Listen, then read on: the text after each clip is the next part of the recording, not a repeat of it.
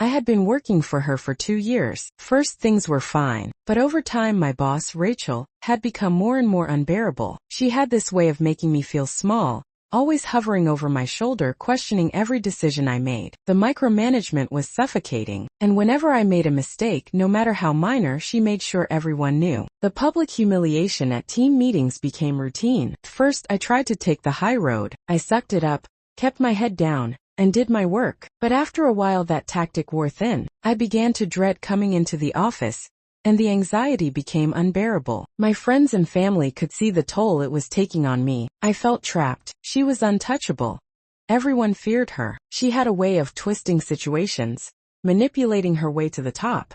And I was just another cog in her wheel. But then something changed. I realized that I wasn't powerless. I knew this company inside and out. I knew her weaknesses, her flaws, and most importantly, I knew she was screwing up. One of the biggest projects we were handling was falling apart. It was a massive deal with a client who had high expectations. Rachel had been overseeing it, and while everyone on the team was running around in a panic, trying to salvage the mess, she was nowhere to be found. She'd started taking long lunches, leaving early, and avoiding any accountability. I could see it happening. She was covering up her mistakes and pushing the blame onto the team. She wasn't even aware that I had access to the internal emails and progress reports. I knew exactly what had been going on, and I had everything I needed to take her down. I took a few days to gather the evidence, screenshots, email threads, even recordings from our team meetings where she'd deflected responsibility. Every time she'd say something in front of the team that was blatantly untrue, I'd quietly document it. There were discrepancies in the financial reports she'd submitted,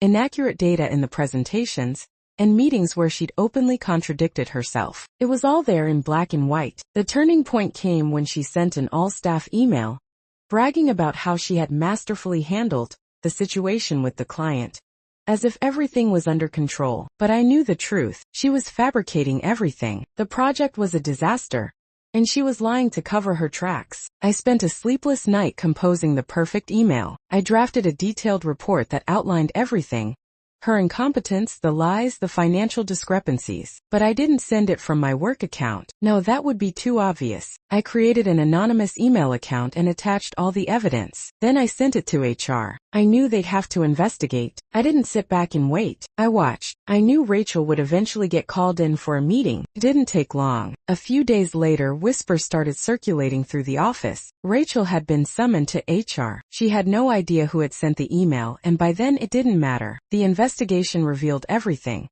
her financial mismanagement, the falsified reports, and the way she'd manipulated the team to cover her mistakes. The next week Rachel was gone. The company had no choice but to fire her. The news spread like wildfire through the office. People were relieved, some even ecstatic. But no one knew who had brought her down. No one knew it was me. I felt a rush of satisfaction that I can't quite put into words. I had taken the high road for so long, but in the end I realized I didn't need to be passive. I didn't need to just sit there and take her abuse. I played my cards carefully, strategically, and in the end it was my quiet, calculated revenge that got the job done. Every time I walked into the office after that, I wore a grin that no one could see. I had finally won.